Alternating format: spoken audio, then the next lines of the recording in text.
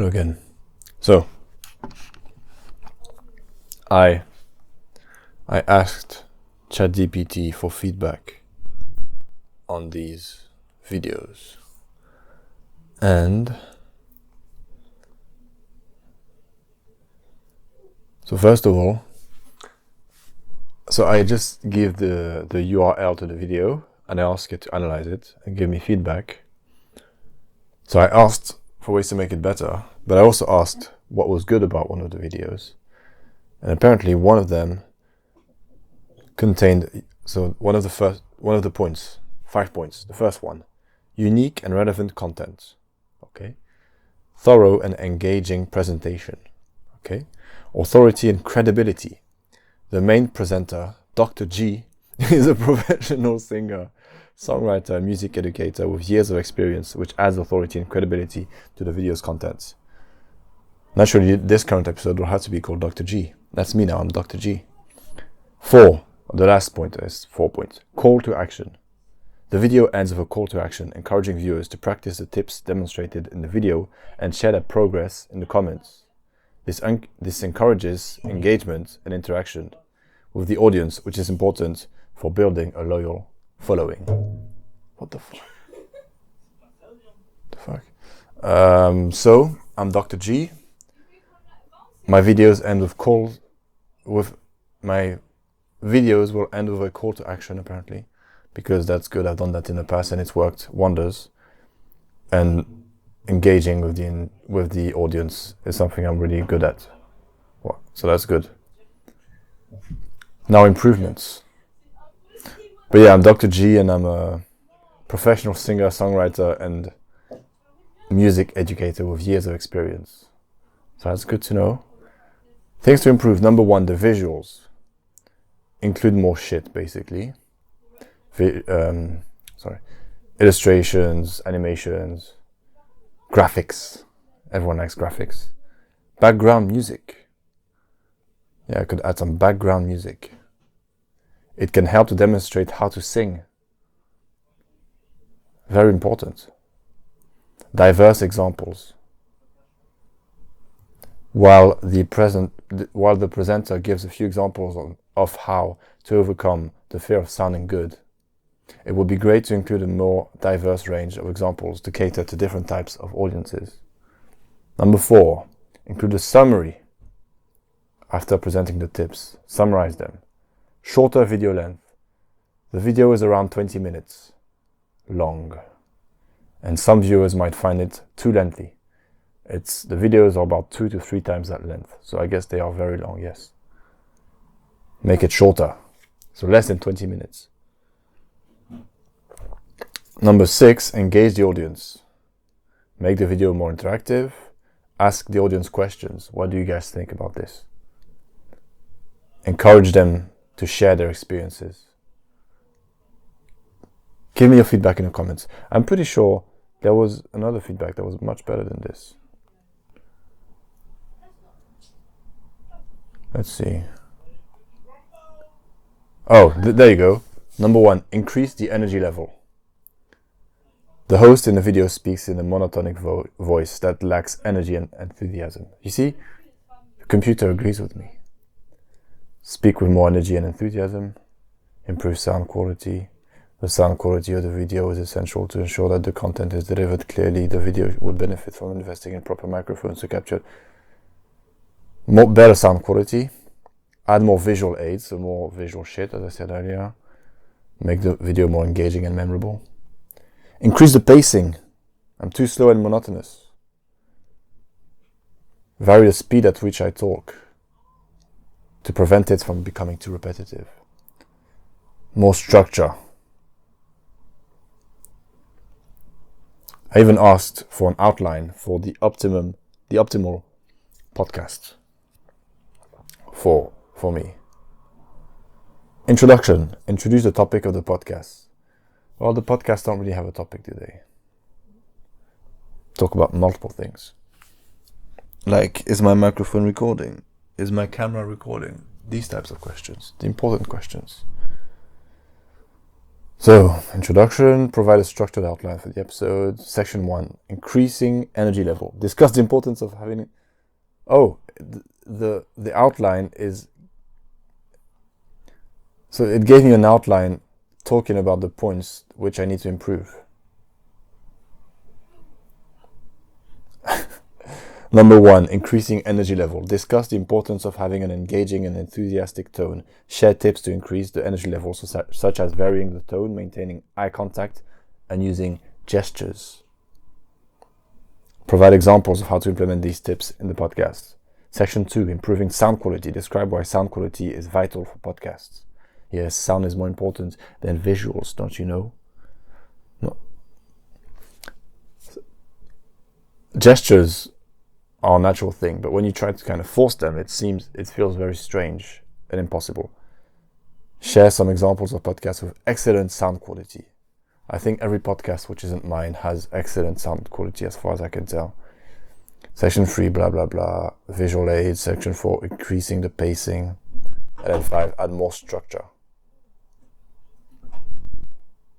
Explain the benefits of having a structured format for podcasts. Conclusion, recap the key points discussed in the podcast. Of course, make it more memorable. You summarize the key points. Encourage listeners to implement the tips discussed in the podcast. Thank listeners for tuning in. Does that exist? Is that a thing? Podcasts on how to make a podcast. Podcasts for people who are aspiring podcasters that they go to learn how to make a podcast. I wonder if that's a thing. Thank listeners for tuning in. In closing, share a sneak peek of the next episode. It's like... that would be funny as well.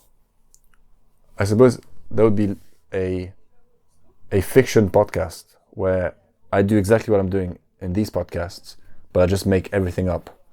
And that way, at the end, there's a next episode. And I can talk about what's going to happen in the next episode because it's all scripted. That would be strange. I'll do an episode like that. But that means that's 2 episodes which have to follow that format. 1 episode where I finish by giving a sneak peek on what's going to happen in the next episode, and the following episode, which will be totally scripted, where I'll be making up what happened in the previous week, following the previous week's episode sneak peek. This is just a rough outline, but hopefully it serves as a guide to create a more engaging and informative podcast. Thank you. I have a bunch of... I have structure here. So it occurred to me that this podcast is a way for me to reflect on whether... to reflect on my life, basically. It occurred to me, basically, like, kind. Anyways, these are things I need to chill with. I need to take it easy with these words. For example, right now I would like to say like. No, not like. Anyways. But I won't. Nonetheless, that's another one. That would be a title. Like, anyways, nonetheless. It occurred to me. And a bunch of other things. This podcast is a way for me to reflect on my life, to reflect whether I'm on the right path in a way. I don't necessarily talk about everything or details, but if the podcast feels like a chore, it's because I don't have anything to talk about, which means that the week was uneventful. Now, Chris D'Elia, for example, which is one of the few podcasts that I watch regularly, although it's been a while, he has an ability to make the uneventful exciting and interesting because of his personality. He's a comedian, so he looks at small things and he makes big things out of them. And so his thing is a lot of talking about his life, about uneventful things, but in such an entertaining way. So if I were able to do that, that would be something I could do if the week was uneventful. Furthermore, it's like I'm writing an essay for uni. Yeah. So yeah, this thing here is a way for me to reflect, which is interesting. It's a weird thing to do, to reflect in a way that anyone in the entire world could stumble on this thing and oh, music next door, and then become aware of whatever I'm reflecting on. But this week wasn't uneventful because one of my colleagues who works, so I work in a restaurant, I'm a waiter. One of my colleagues who works at the Pass. So the Pass is the area, you have the kitchen and you have the floor. I work on the floor, I'm the front of house staff. People who work in the kitchen are robots. No, they're called chefs. And there's two people who are kind of the bridge between these two spaces. You have the chef, the main chef, the boss, who's inside the kitchen, who sends the food out. And then you have, well, I don't know what it's called actually, but the person on the Pass, who's on the other side, dressed in the same uniform as the front of house staff. And he receives the food, puts it on the trays, and sends it. And both the chef and the person on the Pass are responsible for keeping track of what food has gone out, making sure that the food is sent in the right way, that everything is clean and proper. I'm a disorganized person, scatterbrained. That's one. I'm not good under pressure. And pretty sure there's a third thing. I'm not good at multitasking. These are like huge flaws of mine that I'm very aware of. Scatterbrained, can't multitask, not good under pressure. And this, I would say that the job of chef in the kitchen, the main chef, is the hardest job in the restaurant. I mean, it is, that's a fact. And it's the hardest job in the kitchen. Being at the Pass, I would say, is the hardest job in the front of house. I mean, it might not be. There's, managers have responsibilities that are quite important. But as far as the jobs that I've experienced, and as far as what I've seen, it seems like the hardest job in the front of house, being at the Pass. And so my colleague, whose job that was, couldn't come in 2 days last week. 2 days. The second one was Saturday. So the first one was Thursday. And so around an hour before the restaurant opens, I start at 10, the restaurant opens at 12. Less than an hour before the restaurant opens, as I'm setting up the restaurant with my colleagues, thinking that I'm a waiter, my manager comes to me and says, "Today you're at the Pass." So many things went through my head. My manager knows. So my manager is, I owe him a lot. Because when I started working there as a runner, so that's the second side to the Pass. You have the person sending the food who has a lot of responsibilities, has to think a lot, be very focused, use their brain, very focused, writing things down, crossing things out, making sure everything is parallel and blah, blah, blah. And then you have the other side of that, the people who take the trays and bring them to the table, and which is the complete opposite, because this job requires no thinking, zero, nothing, no brain power. Take the tray, you carry it. It's numbing. It's like being a zombie. It's not fun. It's, it's not interesting. You don't really learn anything. It's a shit position, but it is easy. It is easy. It's very simple because you have no responsibility. If you mess up, it's not your fault. Never. I mean, that's not entirely true, but it's hard to mess up. And in some cases, when you mess up, the fault will fall back on someone else because you have so little responsibility. So these are the two jobs at the Pass. I started as a runner. I didn't like it, but then my manager eventually told me that I would be on the floor, kind of push me to be on the floor as a waiter.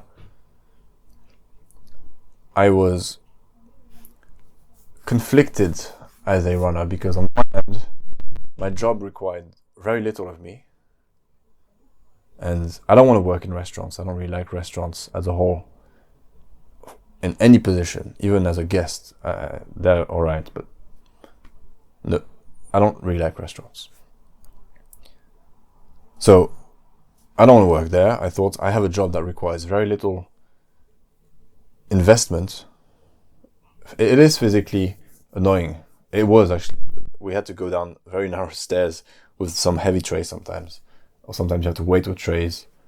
And I don't think it's very good for your back. But that was a job that required very little investment, I would say. So there was that.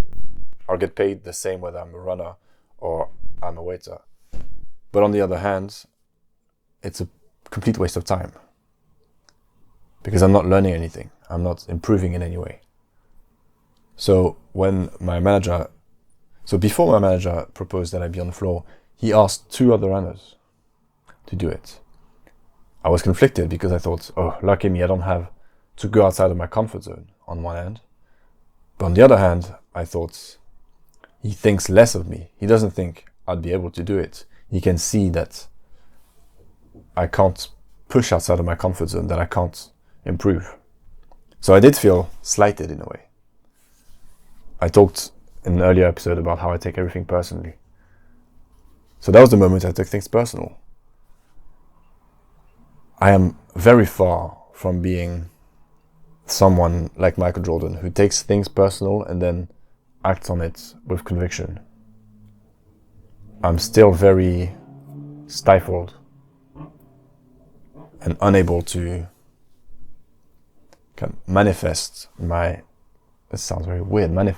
inner desires or my wants, my motivation. You know, I'm working on it. I'm much better now at it than I was. Because you got to think where I was in my head when that happened, when my manager asked me to be on the floor. And I was hesitant. I said, okay, yes, because I knew that it was the best thing to do, but I had no conviction in pushing myself outside of my comfort zone. And it took weeks. First, he just told me to bring water to the guests. All my job was to say, good evening, would you like some water? Now, I don't think he's ever done that with anyone in the entire world that he asked to be a waiter. And in a way, I think they were quite desperate to get more waiters. People were leaving, they were short on staff. Which is lucky for me because he really took things slowly with me. He took his time. It was like working with someone, I don't even know, like an alien who's never been on planet Earth, just teaching everything from the ground up because I was so uncomfortable and stifled and scared. So that was my job, to bring water to the guests. You know, on my first day on the floor, that was my job.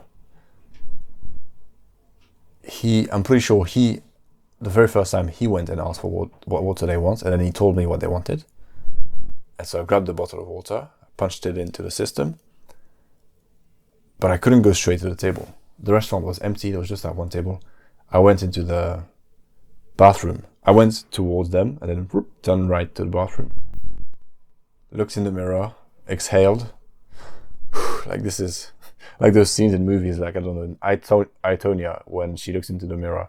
No, it doesn't count because I think that's a different context. But just that scene in movies where characters are about to do something very significant and they look in the bathroom, okay, so, you know, psyching themselves up. I went in there, then I went to the table, did the water thing. That was difficult. And so that was a baby step into me becoming a waiter. It took weeks before I even served food. I remember it was at lunch. I used to be so scared of lunch because lunch is chaotic. It's unpredictable. I used to be scared of lunch. And by that time I was scared of lunch and dinner because I was scared of serving food, point blank. And it had been weeks that I was on the floor without serving food. It was ridiculous. Literally weeks I was on the floor as a waiter, and all I did was make sure people's water was refilled. Like, just the patience of that man. Crazy. And he gave me a dim sum basket. He gave it to me, and he walked away. He said, serve it. And he had tried that before, I'm pretty sure, and I had run away. He gave it to me and said, serve it. He walked away. It's lunch, people are running around, it's chaos. And I served it. And that was a huge step towards becoming comfortable. So I served it, and slowly but surely I learned the dishes and I became more comfortable with serving the food. But so that's more than a year ago. Slowly but surely I became comfortable with, doing this job. And so last week, when he told me I'd be on the pass, that was a different job. I haven't had any training on that job. I've never done it before, no training. It's not that difficult. It's difficult for me because of how distracted I am and how I have a hard time focusing and things of that nature. It's not that hard, but to me it is. So it's similar to the time where he put me on the floor, and it sounds weird, but when he put me as a waiter from being on a runner, except I didn't have weeks, taking things slowly. I had to do it there and then. And I didn't hesitate. I said, okay, I'll do it. Because just like a year before, I knew it would be beneficial to do it. I knew it would put me in an uncomfortable situation, under pressure. I knew these things, but I was 100% willing to do it this time. I did not hesitate. And that's a huge improvement. I was terrible at the pass. So naturally I did lunch before dinner. That's how a day works. Dinner is more straightforward, it's easier. Lunch is chaotic. And first 2, 3, 5 minutes of service, 10, 20 minutes, it's okay because there's one table going at once, 1, 2 tables. Then at some points, out of nowhere, it's pandemonium, it's chaos. And every other minute, a waiter was coming back to me saying, hey, I think you sent me this, but it went to the wrong table and this and that. Everything was being sent to the wrong table by me. I was just fucking up completely. I thought they would just tell me to get off the pass and they would put someone else. Another thing that I thought about when my manager asked me to do this was, I am clearly not the most qualified person to take on that job. I don't really understand. And twice, they didn't see it the first time and think, okay, he's not doing this again. I'm certain I can name names of people that I know would be more competent than me at the pass. And I don't think that they would be missed from their other position as much as I'm fucking up at the pass. But I want to do that job. So on that day I asked Chef if I could do it, if I could actually either be trained to do it or just keep doing it and get better at it for lunch, not dinner.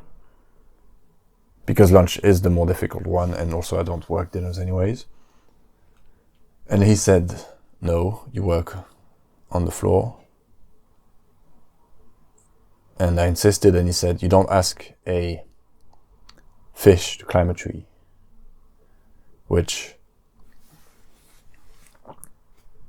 I think you can't quote one of these famous quotes without sounding stupid. That's the main thing I thought when this happened. You don't judge a fish by its ability to climb a tree, which is a quote to suggest that everyone has abilities, but if you judge everyone on the same single criteria, some people are going to be better than others, right? If you use one single criteria, but if you look at each individual's ability, they all thrive somewhere, basically. That's kind of the idea of that quote. So, it's pretty self-explanatory. And I responded, I'm not a fish, I'm a monkey. Because I definitely identify more as a monkey than a fish. And anyone who knows me will agree. And I can't swim. I'm terrible at swimming, so I'm definitely not a fish. I responded that. I thought I was pretty witty. Right? Does anything sound more dumb than what I just said? But because I'm a weird person, I'll break down how misplaced that quote was, for one. And two, I'll reiterate. You sound so stupid when you use a one of those pre-made quotes. It's weird, especially if you use it in a way that suggests that you're proud that you're using it. That's what I thought when that happened, and I do it all the time, using quotes. Now I'll do it in a self-aware way quite a lot. But there are quotes that I like that, are powerful, I would say, and I like to use. That's a good quote. Don't ask a fish to climb a tree. That's not the quote, but if you simplify it, people understand. But being on the other side of it, it's just a weird thing to do. I think one word is cringe. Yeah, that would be a good word. It's quite cringe. So I'll watch my mouth now before using other people's sentences. And now I'll break down how misplaced that quote was. Because just the same way that I wouldn't identify as a fish more than I would as a monkey. I'm not like a fish in water when I'm a waiter on the floor. I'm more comfortable now as a waiter than I used to be, but I'm still not comfortable. I definitely don't feel like that's the place that I belong. If you give me as much time on the pass as I've had as a waiter, I'll be terrific at the pass. I think I'll be very good. Because what I lack at the pass, L-A-C-K, not good at multitasking, not good under pressure, and scatterbrained. These are things that can be fixed quite easily with practice, because being on the pass, you have to be a robot, basically. That's that's what you have to be. Yeah, a robot. Through repetition, I would definitely be able to be good at this. Being a waiter is completely different, because it's the opposite. There is a repetitive side to it, very much so, but it's the interacting with guests that I'm not so good at, because I'm an introvert, because I'm a trained introvert. I've trained myself to be an introvert, and because I'm not that comfortable interacting with people. That's something I'm still working on, slowly but surely, trying to improve. And that takes time. Becoming a robot on the pass wouldn't take nearly that much time. And so he refused my proposition, and then 2 days later I was back on the pass because my colleague didn't show up once again. And then I told him again that, 2 days ago you said that's not where I belong, so to speak. And now I'm back here, so you're contradicting yourself. Me being an asshole. And he said my mentality was wrong, something. Anyways, I don't agree with him on that point. But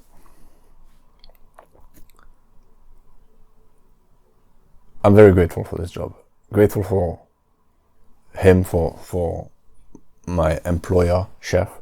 Grateful for my manager who pushed me who pushed me outside of my comfort zone. And being there at the pass, in charge, so to speak, of my little section, and having the runners, come to me to grab the trays. It's like, it's a full circle kind of situation. I used to be on the other side. No responsibilities, no authority. And I hated it. I remember just the first few weeks of doing it, getting to a point where it felt like I had been there for a million years. And the days were so long, just standing there waiting. Looking at all these people. So looking at the guests who are having a jolly good time. And then even looking at my colleagues who were working, they were moving around, they were doing things. And here I am just standing there. Can't really even talk to anyone, just standing there. Hated it so much. Yeah, I remember that time. It felt like it lasted so long, but actually, I don't think it did. I don't think it lasted that long, but it felt like it lasted a really long time. I remember the sunny days where the sun would, like, during lunch, the sun would just hit the 2 tables in front of the pass. It just looked like a movie. It looked beautiful. It looked... And I was there just hating it. And now I got to try to be on the other side, so that felt nice.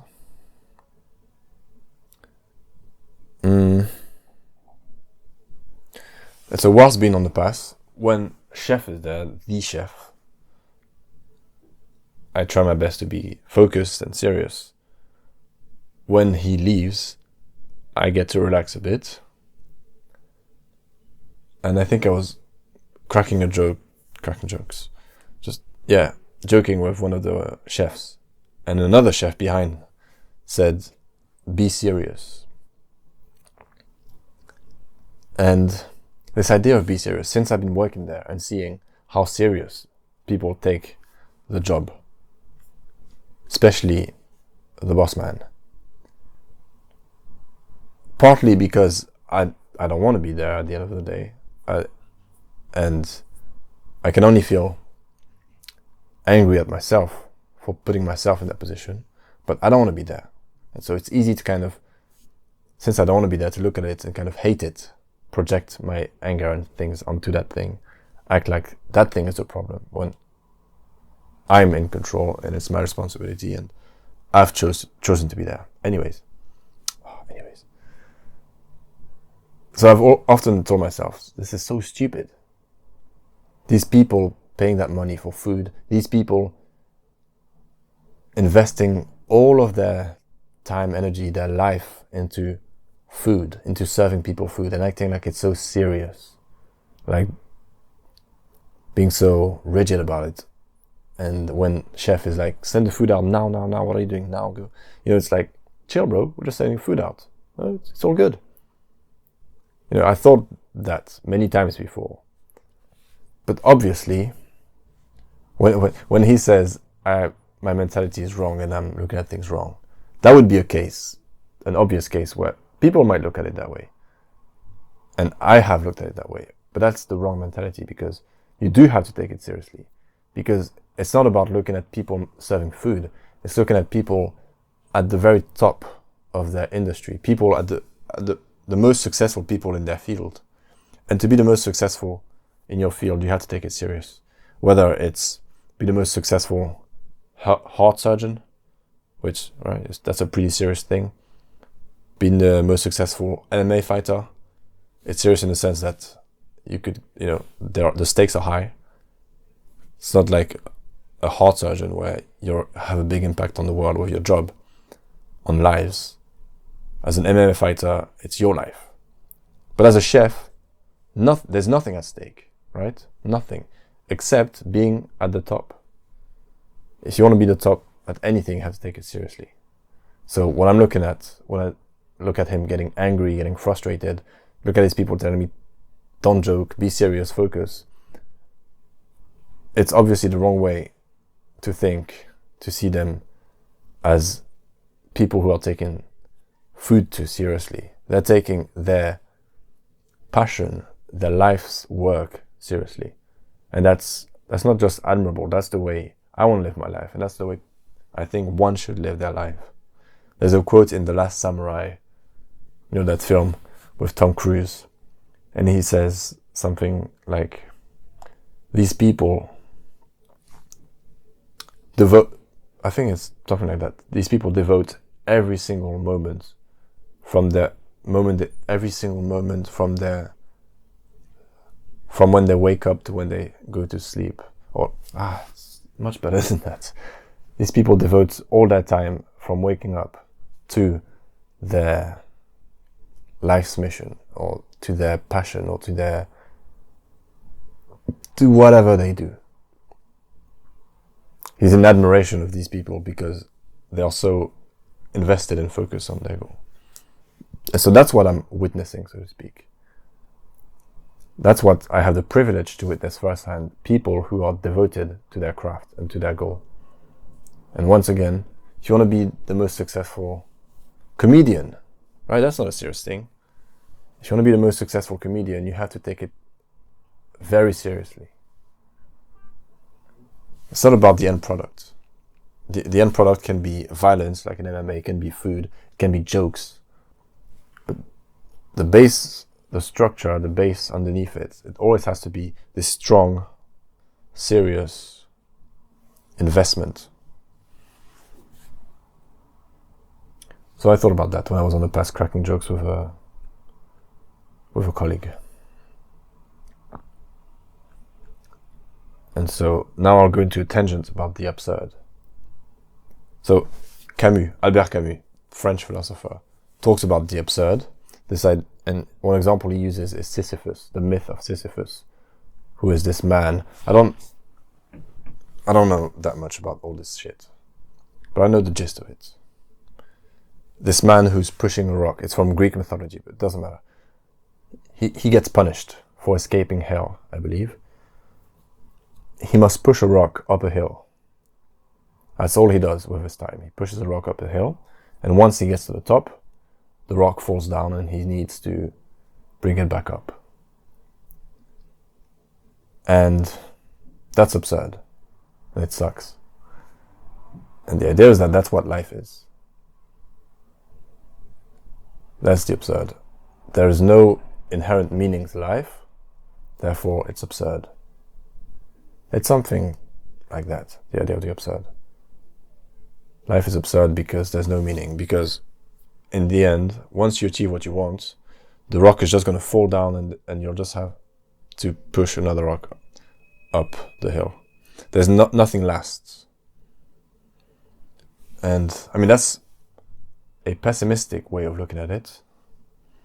I'm not saying that Albert Camus is pessimistic, because he suggests that you have to create your own meaning and that you have to live in the moment. That's the way around these negative thoughts. But so, to me, what's absurd is not the fact that life is absurd, that you can create as much as you want, you can make beautiful things, but a nihilist or a pessimist will say, but it's not going to last. You can be happy, but if you're happy, then at some point in the future, something's going to happen and you're going to be sad. That's just the way life works. Ups and downs. So what's the point? Right? That's not what's absurd about life. Because on the other hand, you can actually choose to be happy. It's more difficult for some people than others, but you can choose to make the sacrifices and to be happy and to suffer with a smile, so to speak, because you live in the present. And you can create your own meaning. These things are possible. And you can accept that you must live in the moment and you're going to die, but that's okay because... What is this? You're going to die, but that's okay because you've lived. Oh, yeah. And what's absurd about life is not that any one of these is true, it's that they're both true at the same time. What's absurd about life is that it is absurd, and at the same time it's not. Because when you're truly invested in something, when you're in the moment, in the flow, when you're playing a basketball game and you're sweating, you're tired, but you really want to get the ball from the defender, you really focus on that, you really want to score the last point or whatever. You're playing FIFA. When you play video games, a lot of people can identify with that. A lot of people, that's the only way they get in a flow state. And they get into it very easily. It's very easy with games, right? When you're invested, everything makes sense. You're not thinking about the fact you're going to die. You're not thinking about anything negative because you're so invested in that moment. So life isn't absurd and pointless, and it isn't meaningful and all absorbing or all beautiful. It's both at the same time. That's what's so absurd about it, is that what's so absurd is that it's not one single thing.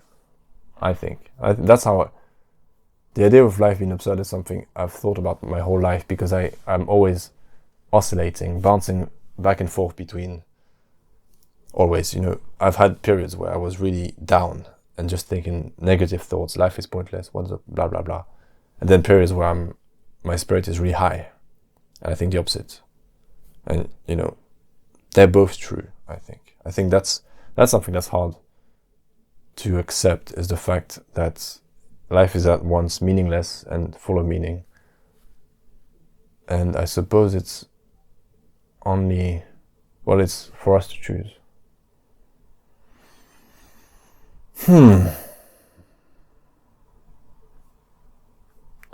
Well, one last note. So the key to success on the pass is to be locked in on chef, to focus on chef. And when I started, I didn't really understand how it works, how some things work, and I was trying to anticipate things happening, which you have to do on the pass. But I was trying to work in a way that made my life easier, and I was trying to make myself look good, so to speak. And that was totally pointless. I realized that the best thing I could do was to just focus on chef and try to react to him the best I can, instead of trying to anticipate things. And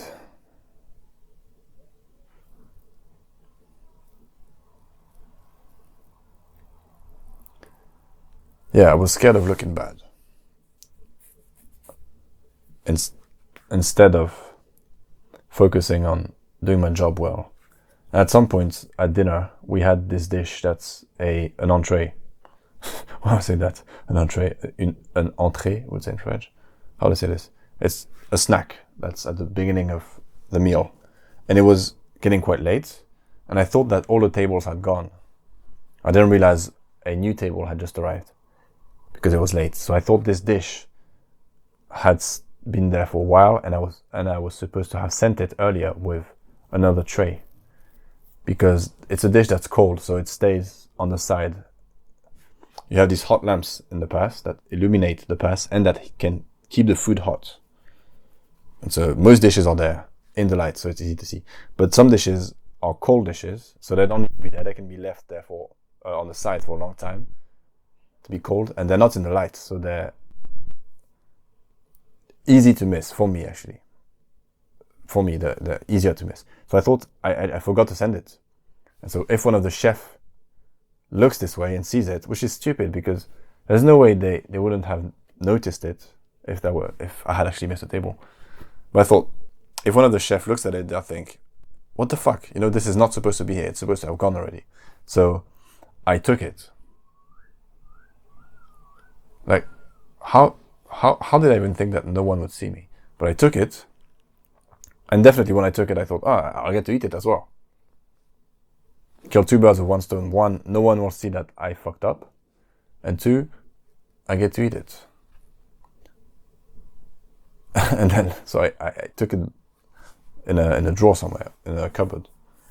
And I hid it there and I went back. And then later on, one of the chefs said, hey, where's the dish? And, I was flustered, to say the least. I didn't know how to react. I was like, oh! Then I went back to get it. I was so embarrassed because, what did they think? It doesn't really matter if they thought, because the most embarrassing thing was, they thought I stole it, which would have been such a dumb thing to do, to actually try to steal it. But also such a dishonorable thing, basically. Stealing like that. Stealing from the place where I work. That would have been, that was embarrassing.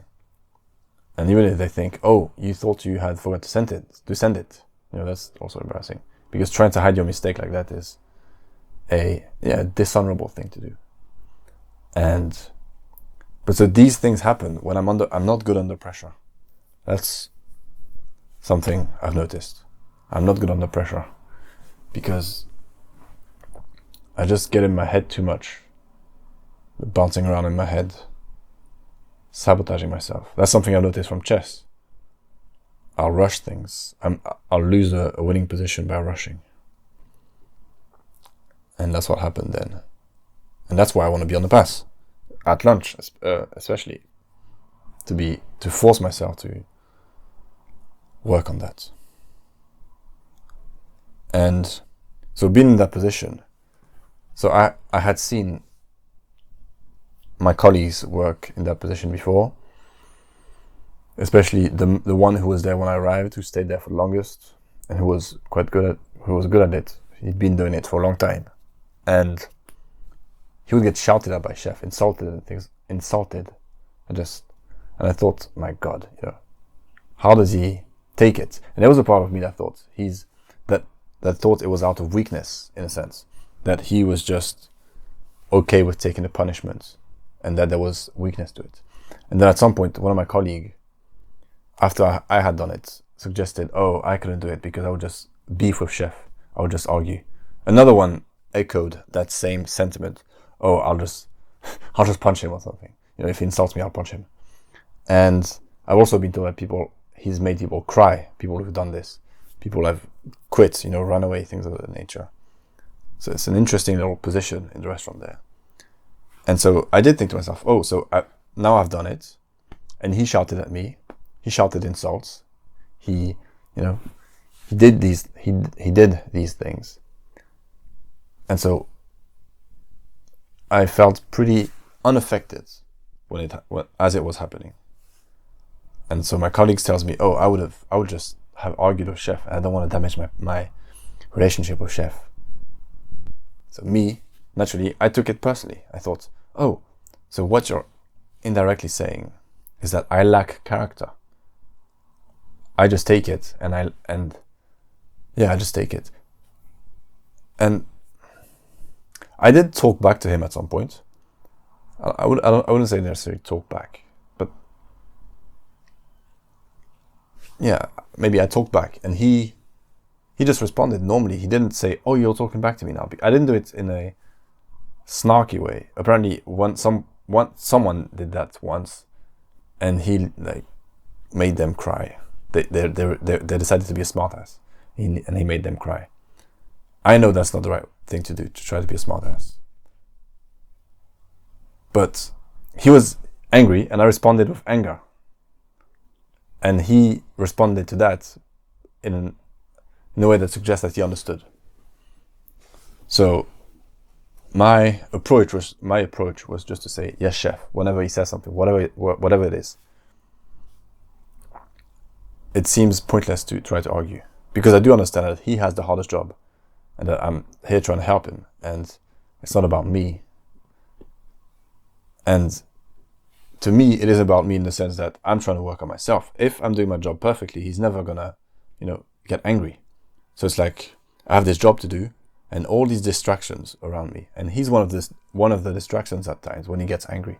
And my job is to try to stay focused on my job, even when he's indirectly trying to throw me off, because he does things like, oh, come on, you gotta hurry up, oh, you're falling behind, oh, you're too slow. It's like, that's not helping. Why is he doing that? I don't know, but that's part of the challenge. I'm not supposed to say, oh, Chef, you're making my life harder by saying all these things.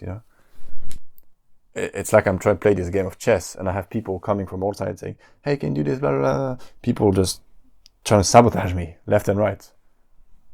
But if I lose the game of chess, what am I going to say? Oh, it's his fault, it's her fault. No, I do believe in total accountability. I think that's a very powerful idea, that everything in my life is under my control, and therefore everything is my responsibility. So, going back to this idea of taking it personal. So I asked myself then, what? Because I would have no problem with doing it again. And if I keep doing it, I'm going to get better. But I'm certain that, I'm going to fuck up again multiple times in the process of getting better. And he's going to hurl insults at me in that process. And I'm not scared of that. But that's not what my colleague suggested. He suggested that he would fight back, so to speak. So I'm wondering, why am I not fighting back? And now I have almost this admiration for my predecessors. It's funny when I speak sometimes and I take my time. I don't know why I use these words that I would never use in an actual conversation. I have admiration. I have newfound admiration for my predecessors. But that's the word that gets the job done, predecessors. Not entirely, because I'm not on the pass next week. My colleagues come back. I'm sure everyone's happy for it. But I do think that I think that if you understand the job, you understand that it does no good to actually talk back in a way to instigate a kind of argument in that situation. It does no good. So if you do that, you're acting on emotion because you can't control yourself. That's what I thought. And I might be wrong. I'm thinking about it. Maybe if I get the opportunity to do it again, I wouldn't take it as much. I would try to, I wouldn't take it as much. But the thing is, he's angry and he's insulting, like, he's doing these things because I'm fucking up. So I couldn't see myself saying, hey, don't insult me, hey, don't do this. Because if he can't control himself, that's him. But if I do my job properly, therefore, if I control myself, he's not going to go off the rails. He's not going to hurl insults. So I'm in control of this.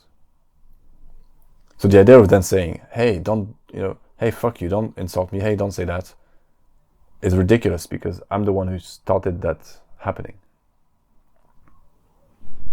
But so I do think that it takes strength. It's not a weakness, it's a strength to be able to do the job without... I'm not certain. I'd like to have another go.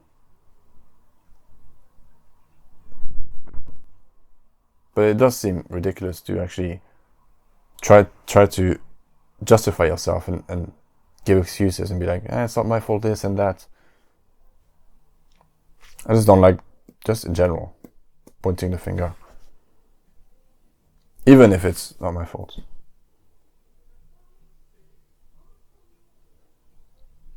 Because the time that I did, quote unquote, talk back, he said, don't talk to the runners, just write the number down. And I said, I said, in frustration, I responded, they keep asking me for the fucking... No, I didn't say fucking. They keep asking me for the numbers. Right? So throwing back the responsibility or the blame on them. They're asking me the numbers. It's not my fault that I am giving them the number, that I am speaking the number. Because there's a lot... He's talking to me. He's giving me the table number, blah, blah, blah. So he wants as little talking at the pass as possible. Therefore, he wants me to write the number of the table on the paper on the tray. He wants the runner to take the tray and run. No, not run, but take the tray away. He doesn't want me to say table 6, table 5. He doesn't want that. That's unnecessary. Just write it down. And sometimes when I'm in a rush, it's hard to read my handwriting. But so, when I responded, I said it's the fault for asking me the number. And so I was wrong. I was wrong when I talked back. Because it's my responsibility to make sure they understand that they need to look at the number. Because they can read the number. They can write it. They can read the number. They're able to do so. And I can write numbers in such a way that they're legible. So it's my responsibility to make sure that they are not to ask me the table number. I will not speak it so that they have to read the paper. So that's my responsibility. It's not theirs.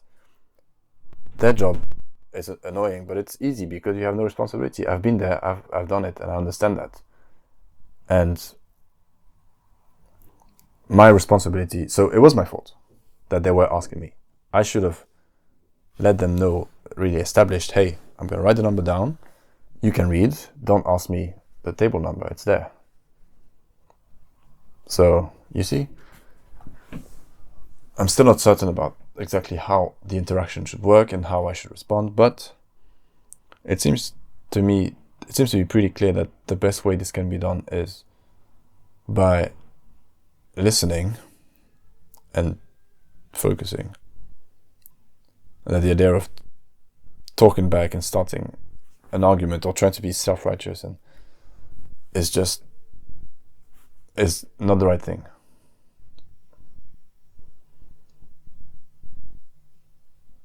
But I'm happy. I'm happy that I did it, and it was interesting.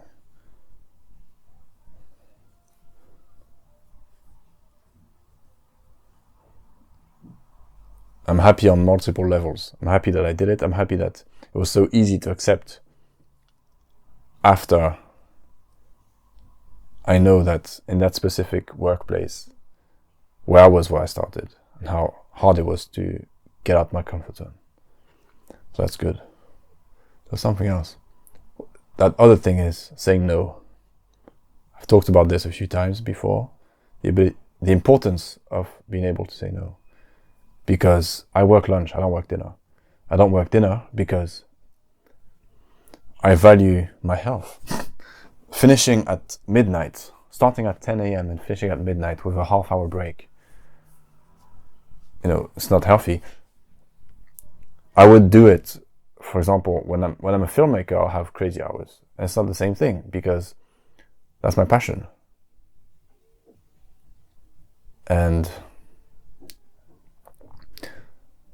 But even then, I'll try my best not to do that because it's unhealthy to go to sleep too late, to sleep too little. These are unhealthy things. I care about my health, which is why I don't work dinner anymore. That way I can go to bed early, wake up early. I like waking up early, doing my routine in the morning. And that completely threw me off staying at work, the whole day. And so I should have said no. It was hard because I accepted to be at the pass for lunch. Then I thought I'll just go after that. But it's weird. It felt weird to do that. It would have been weird to say, I don't care that you keep asking me to do it. I've done lunch. I'll leave now and leave you, in trouble.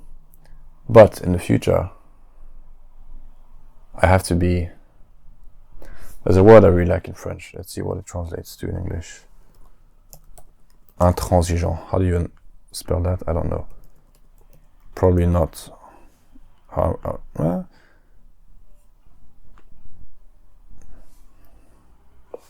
Intransigent. Intransigent? Really? That's an English word. Intransigent. Intransigent or uncompromising, yes. That's something I have to be uncompromising with in the future.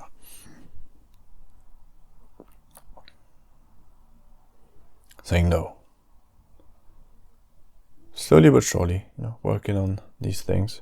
It's been 2 weeks since more than 2 weeks that I haven't bought junk. I have a box of pizza, but I mean sugar. I'm trying to gain weight. I've done my list now. I've done a list calculating exactly the nutrients and the calories of food. So now I have a list of what I have to eat in a day. And at first I thought, my God, that's so much food. It's going to be so hard to get there. Just, 30 calories by 30 calories by 150 calories, just getting up to the number. Then I looked at the calories in a bar of chocolate. A 200 grams Cadbury's bar of chocolate, which is what I would eat almost every day. And I would like to pair that usually with a box of Ritz, those little biscuits, sweet and salty at the same time, just absolute poison, but mostly salty. Eating these with the chocolate bar, amazing. So that's also 200 grams, and I would eat the chocolate bar almost every day. And sometimes I would eat the 360 grams chocolate bar. Actually, they're not 200 anymore. They're 180. Recession. They're 180 grams. So I would eat that. So the Ritz would be twice a week. So when I eat both together, the chocolate bar is 1,000 calories, and the Ritz is 1,000 calories. That's so much calories. If I ate that on top of my current diet, so the one I've kind of calculated, that would be very easy to hit my target. But now my tolerance to sugar has lowered.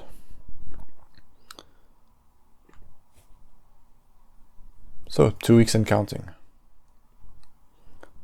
Sugar. It's getting easier and easier. Mindless entertainment now. That less motherfucker. Oh well. Summarize the points discussed in the podcast. Call to action. Ask the viewers for their feedback. Comments. Like comments. Blah blah blah.